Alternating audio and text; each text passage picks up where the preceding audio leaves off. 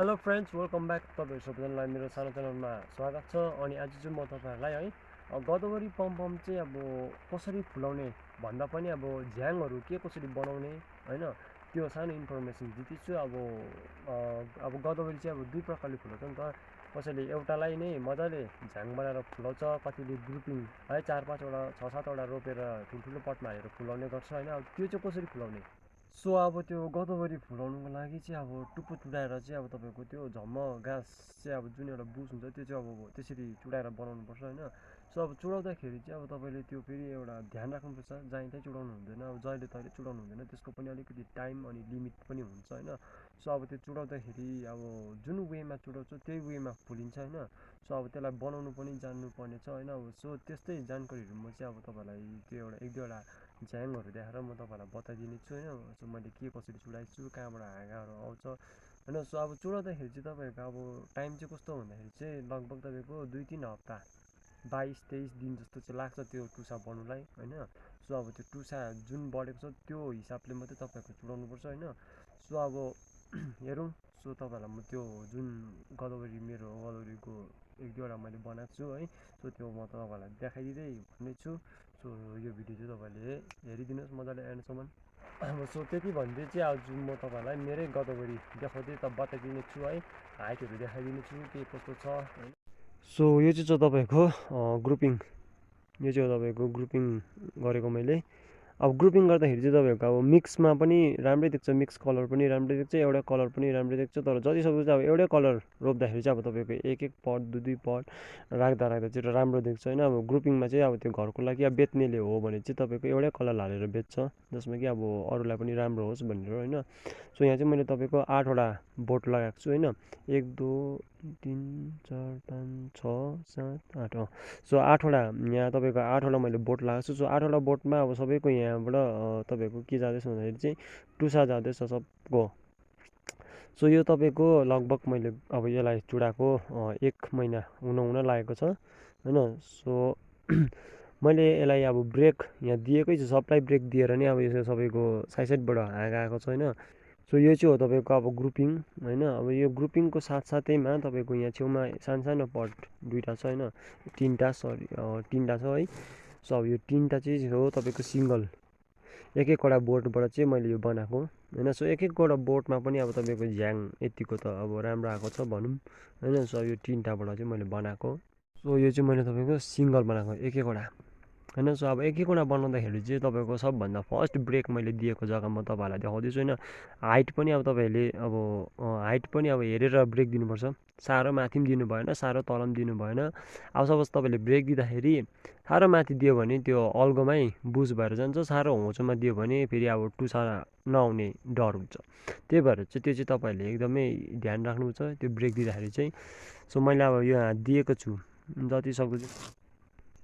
So अब मैले first brake दिएको चाहिँ तपाईँको यहाँनिर छ है, यो जुन मैले औँलाले देखाउँदैछु तपाईँहरूलाई होइन, यो हो फर्स्ट ब्रेक दिएको।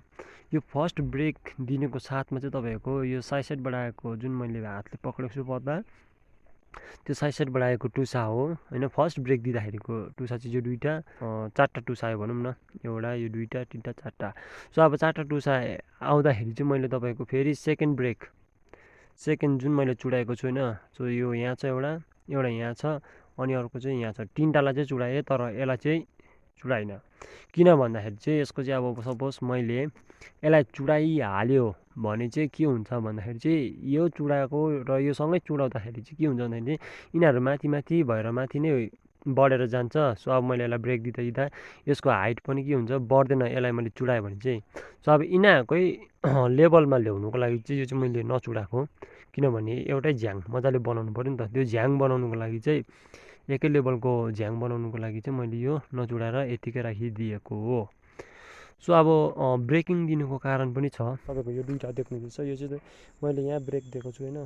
सो यहाँ चाहिँ मैले ब्रेक दिएर कटिङ गरिसकेको होइन।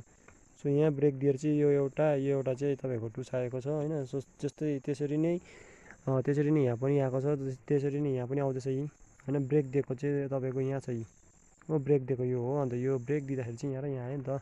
सो अब यसको यो एउटा मात्रै आइरहेको छ, यो पनि ब्रेकै दिएको मैले। अब जस्तै यो अब अहिले राम्रोसितले बढेको छैन होइन। सो अब यसलाई अलिकति अल्गाउनुपर्छ, तब मात्रै ब्रेक दिनुपर्छ। है। अन्त सो अब यसको यहाँ आउँदैछ ब्रेक दिएर होइन, यसको पनि आउँदैछ, सबको आउँदैछ। सो यो चाहिँ हो तपाईँको, यो 2 पर्ट चाहिँ हो तपाईँको ग्रुपिङ। सो अब तपाईँको यहाँ ग्रुपिङ छ अब होइन, यहाँ ग्रुपिङमा पनि तपाईँहरूले ब्रेकै दिनुपर्छ। ब्रेक दियो भने चाहिँ के हुन्छ, अब सपोज 9वटा छ, 9वटालाई नै ब्रेक दियो भने चाहिँ ठुलो झ्याङ बनेर जान्छ। सो अब तपाईँहरूले त्यो ठुलो झ्याङ बनिँदाखेरि अब यो 8वटा 9वटालाई तपाईँले आधा आधा हिसाबमा गरेर फेरि रोप्दा पनि तपाईँको के हुन्छ भन्दाखेरि तपाईँलाई डबल फाइदा हुन्छ भनौँ न। एउटा झ्याङबाट 2टा झ्याङ बनिन्छ हो। त्यही भएर ब्रेक दिएर अब यसको झ्याङ ठुलो भयो भने यसलाई म अब के गर्छु, यसलाई 50-50 गरिदिन्छु, आधा आधा गरिदिन्छु। सो जुन अब मैले यहाँ चुडाएको छु, सो इजनाको पनि स्टिम चाहिँ अब अघि जुन मैले तपाईँको सिङ्गल देखाएँ त्योभन्दा चाहिँ अलिकति उयो नै छ, साह्रो मोटेको चाहिँ छैन। होइन अब ग्रुपिङ पश्चात चाहिँ तपाईँको अब चाहिँ यहाँ चाहिँ सिङ्गल, अब यो चाहिँ हो तपाईँको एउटै बोर्डबाट झम्म बनाउने है। अनि यो चाहिँ अर्को चाहिँ हो तपाईँको, यो चाहिँ ग्रुपिङ भन्नाले अब सपोज तपाईँको एउटै कलर 4-5वटा रोपेर फुलाउने तरिका पनि हुन्छ नि त। 4-5वटा फुलाउँदा पनि झम्मै देख्छ, अनि अब यो एउटै फुलाउँदा पनि झम्मै देख्छ। तर अब यो चाहिँ अलिकति तपाईँको ग्रुपमा अलिकति कम्ती देख्छ, यो चाहिँ अलिकति बेसी देख्छ। किनभने अब यो एउटाले 20वटा फुल्दैछ भने तपाईँको यहाँ एउटाले 20वटा, यसले पनि 20वटै फुल्छ, यसले पनि 20वटै फुल्छ। तर ग्रुपिङमा चाहिँ के हुन्छ भन्दाखेरि चाहिँ 4टा छ भने 20वटाको बदली 80वटा, हौ त्यस्तो हो नि त। सो यो चाहिँ अलिकति सानो देख्छ, तर अब ग्रुपिङै फुल्छ है। सो झमझमै फुल्छ, फुल्नु चाहिँ 2टाले नै होइन, त्यही हो, अलिकति कम्ती र अलिकति ज्यादा होइन। सो अब यो चाहिँ मैले त तपाईँको ब्रेक दिने, अब सबभन्दा पहिला चाहिँ अब तपाईँको यो सिङ्गल वेमा चाहिँ अब जब मैले यो अब यो चाहिँ हो तपाईँको, यो चाहिँ सिङ्गल, यसलाई चाहिँ मैले सिङ्गल ब्रेक दिएर यतिको झ्याङ बनाएको छु। सो अब मैले कहाँ कहाँ देख्छु के देख्छु है तपाईँलाई म बताउँदैछु। न सो सबभन्दा पहिला चाहिँ मैले तपाईँहरूको यहाँ एउटा ब्रेक दिएको छु है, हेर्नुहोस् है, यहाँ यो एउटा ब्रेक, यो मैले एउटा ब्रेक दिएपछि तपाईँको यहाँबाट एउटा टुस आयो, यहाँबाट एउटा टुस आयो, अनि यहाँ साइडबाट यो फेदबाटै 2टा आएको छ होइन। अब यो आए पश्चात यहाँबाट एउटा ब्रेक दिएँ मैले, फेरि यहाँबाट एउटा दिएँ। सो अब तपाईँको यहाँ ग्रुपिङ छ अब होइन, यहाँ ग्रुपिङमा पनि तपाईँहरूले ब्रेकै दिनुपर्छ। ब्रेक दियो भने चाहिँ के हुन्छ, अब सपोज 9वटा छ, 9वटालाई नै ब्रेक दियो भने चाहिँ ठुलो झ्याङ बनेर जान्छ। सो अब तपाईँहरूले त्यो ठुलो झ्याङ बनिँदाखेरि अब यो 8वटा 9वटालाई तपाईँले आधा आधा हिसाबमा गरेर फेरि रोप्दा पनि तपाईँको के हुन्छ भन्दाखेरि तपाईँलाई डबल फाइदा हुन्छ भनौँ न। एउटा झ्याङबाट 2टा झ्याङ बनिन्छ हो। त्यही भएर ब्रेक दिएर अब यसको झ्याङ ठुलो भयो भने यसलाई म अब के गर्छु, यसलाई 50-50 गरिदिन्छु, आधा आधा गरिदिन्छु। सो जुन अब मैले यहाँ चुडाएको छु, सो इजनाको पनि स्टिम चाहिँ अब अघि जुन मैले तपाईँको सिङ्गल देखाएँ त्योभन्दा चाहिँ अलिकति उयो नै छ। सो अब तपाईँहरूले बुझिहाल्नुभयो होइन, अब ब्रेक किन दिनुपर्ने होइन, अब के कसरी दिनुपर्ने होइन। सो अब अर्को कुरो चाहिँ के भन्दाखेरि चुडाउँदाखेरि चाहिँ तपाईँलाई अब चुडाउनुमा ध्यान चाहिँ के दिनुपर्छ भन्दाखेरि चाहिँ हाइट हेरेर दिनुपर्छ है। अब जस्तै म तपाईँलाई यहाँ देखाउँदैछु एउटा ल, अब जस्तै मैले यहाँ तपाईँको यहाँनिर एउटा ब्रेक दिएपछि यहाँबाट एउटा टुस आयो, यहाँबाट एउटा टुस आयो। सो अब मैले यहाँ ब्रेक तपाईँको हाइट यत्तिकोमा दिएको छु नि होइन। अब हेर्नुहोस् त, अब जस्तै यो 2टा पत्ता छ, यहीँ पनि म दिनु सक्थेँ तर मैले दिइनँ नि त। किन भन्दाखेरि चाहिँ अब यहाँ दिँदाखेरि म 2टा टुसा मात्रै पाउँछु। सो त्यही भएर यहाँ माथि दिएको, मैले माथि ब्रेक दिएको कारण चाहिँ किन भन्दाखेरि चाहिँ तपाईँको यहाँ 4-5वटा मैले के पाउँदैछु, यसको टुसा पाउँदैछु नि त, त्यो फाइदा हेरेर दिनुपर्छ। अब सो यहाँबाट 4-5वटा टुसा नै बढेर गयो भने त झ्याङ मजाले भएर गयो नि त। सो त्यही भएर यहाँ पनि मैले त्यसरी देख्छु, फेतैमा दिनु सक्थेँ तर अलिक माथि देख्छु। यसको पनि त्यही माथि, साह्रो माथि पनि दिनु भएन है, फेरि साह्रो माथि पनि दिनु हुँदैन, ठिकैको हेरेर दिनुपर्छ होइन। सो अब मैले योभन्दा अलिक माथि यहाँतिर दिएको भए राम्रो देख्थेन, त्यो हेरेर चाहिँ दिनुपर्छ सो ब्रेक दिँदाखेरि। अन्त अर्को कुरो चाहिँ तपाईँको लाइटिङ, अब कतिले पेसेसतिर राख्छ होइन, अब यस्तो हट हाउसहरू बनाएर राख्दा केही छैन कि, अब पेसेसतिर राख्दाखेरि चाहिँ याद गर्नुपर्छ लाइटको होइन।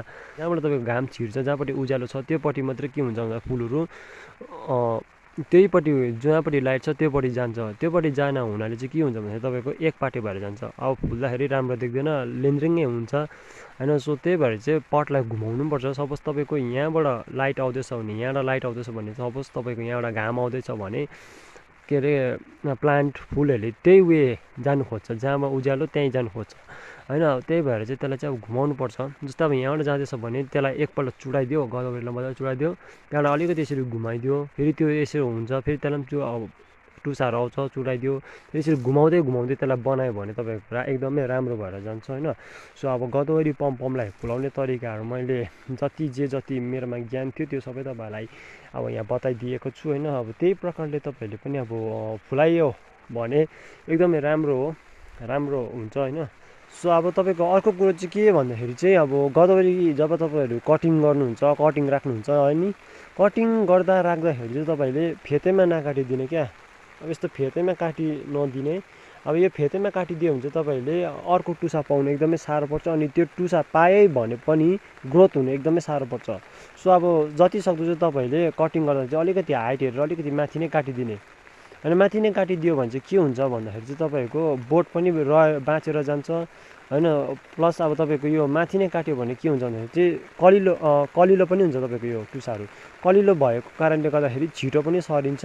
अब बेसी पानी चाहिँ हाल्नु भएन, कुहिने डर हुन्छ है, छिटो सर्छ। सो अब माथि नै काट्यो भने चाहिँ बोट पनि रहन्छ, अनि आएको टुसालाई फेरि तपाईँले टुसा भाँचेर गाड्दा पनि हुन्छ।